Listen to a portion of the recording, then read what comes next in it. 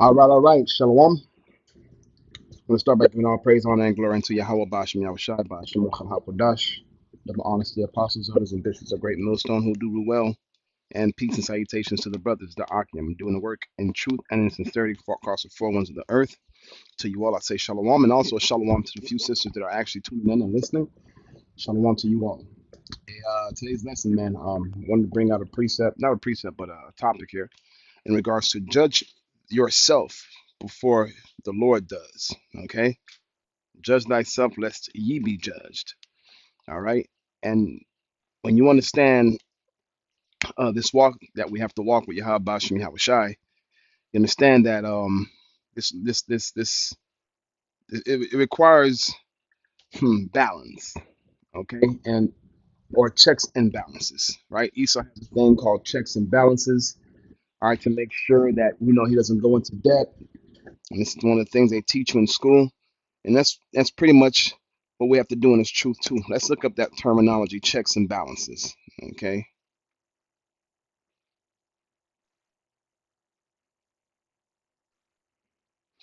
All right. It says checks and balances is the counterbalancing influences by which an organization or system is regulated, typically by those ensuring that political power is not concentrated in let me see here, in the hands of individual groups.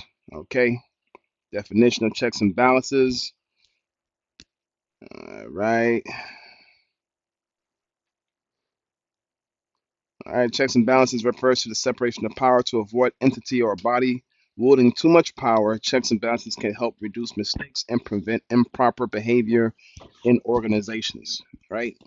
But yeah, we can use that according to politics and things of that nature. But you could also use that to life, man. All right, you check yourself to make sure that too much of your life is not getting more than the other. Okay, you want to make sure that you're not in a, that you're not going extreme, that you're not too extreme. Okay, you want to be balanced in this truth. Okay, so I wanted to bring out a precept, to back up this thought process, right, of checking yourself or judging yourself, lest ye be judged. So this is the book of First Corinthians 11, starting at verse 25. It says, in the same manner, also, he took the cup when he supped, saying, this cup is the New Testament in my blood. This do ye as oft as ye drink it, in remembrance of me. For as often as ye eat this bread and drink of this cup, you do show the Lord's death till he come. Right. We have to drink the cup that Yahweh Shai drank. Okay.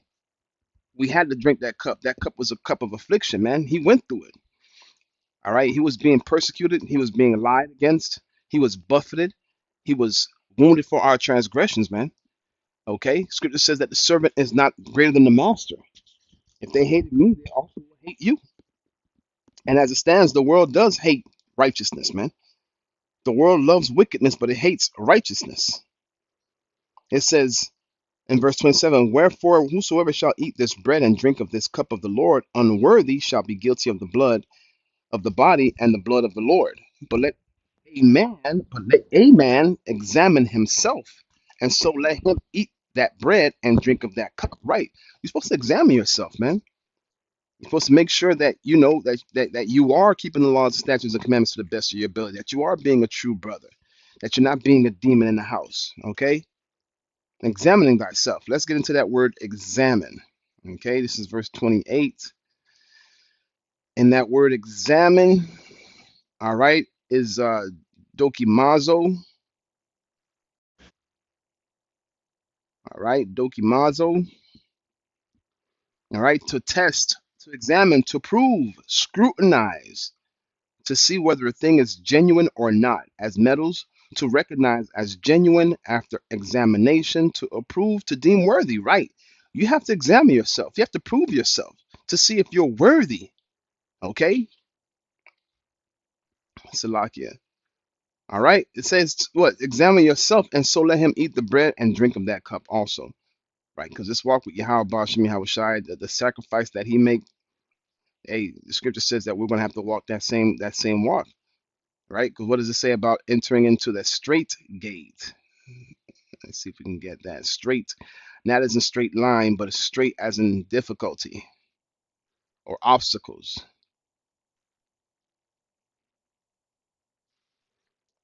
All right, this is Matthew 7 and 13. It says, enter ye at the straight gate, for wide is the gate and broad is the way that leadeth to destruction, and many there be which go in it. Okay, so now we're going to grab that word in the Blue Letter Bible to get more understanding. Okay, enter ye into that straight gate, looking at the word straight. Okay, stenos. Okay, stenos.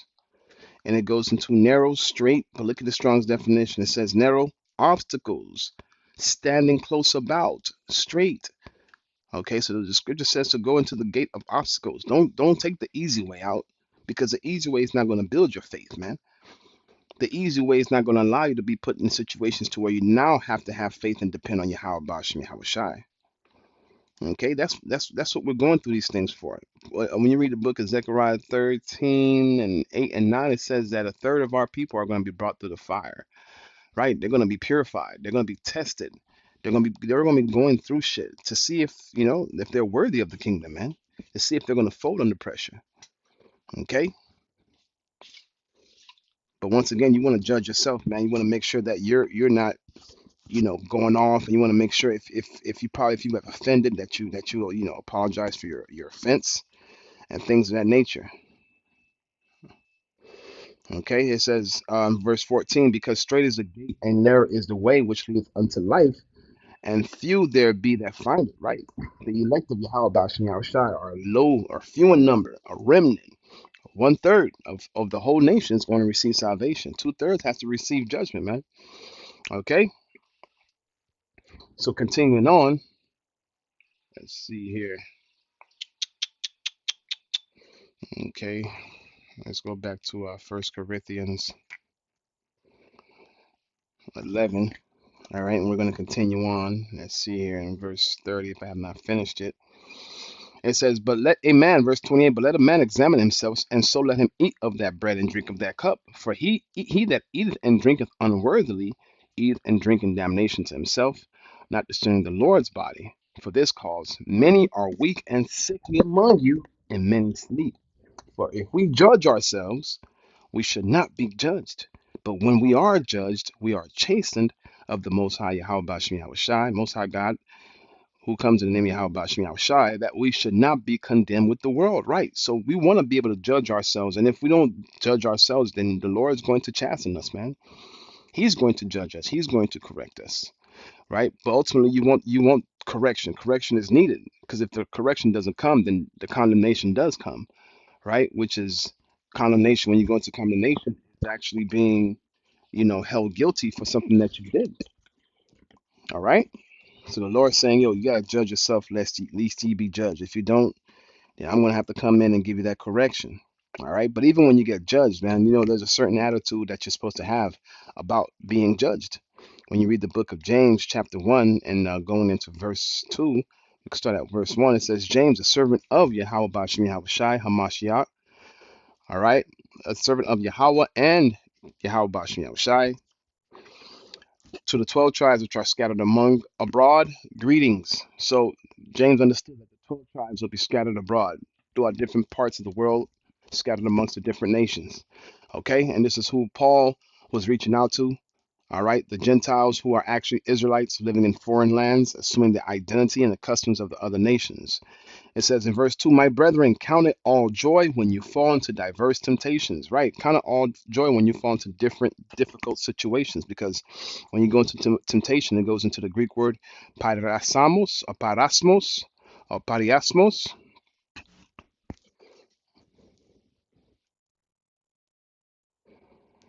Okay, and it goes to an experiment, an attempt, a trial, a proving, proving the trial made of you by um by my bodily condition, since condition served as to test the love of Galatians of Paul, right?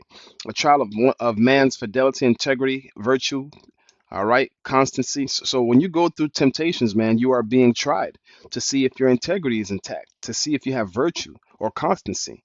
All right, that's what it's all about, man. So when you're going through this process of being tried, right, to see if your faith, right, is going to kick in, right, to build up your patience, you're supposed to take it cheerfully, kind of all joy. In verse 4, but let patience have her perfect work, that ye may be perfect and entire, wanting nothing. Okay, so the point of this lesson is, hey, check yourself before you wreck yourself, man. All right, check yourself before you wreck yourself. Maybe that should have been what I looked up before instead of checks and balances. Let me look up that. Check yourself before you wreck yourself. Okay,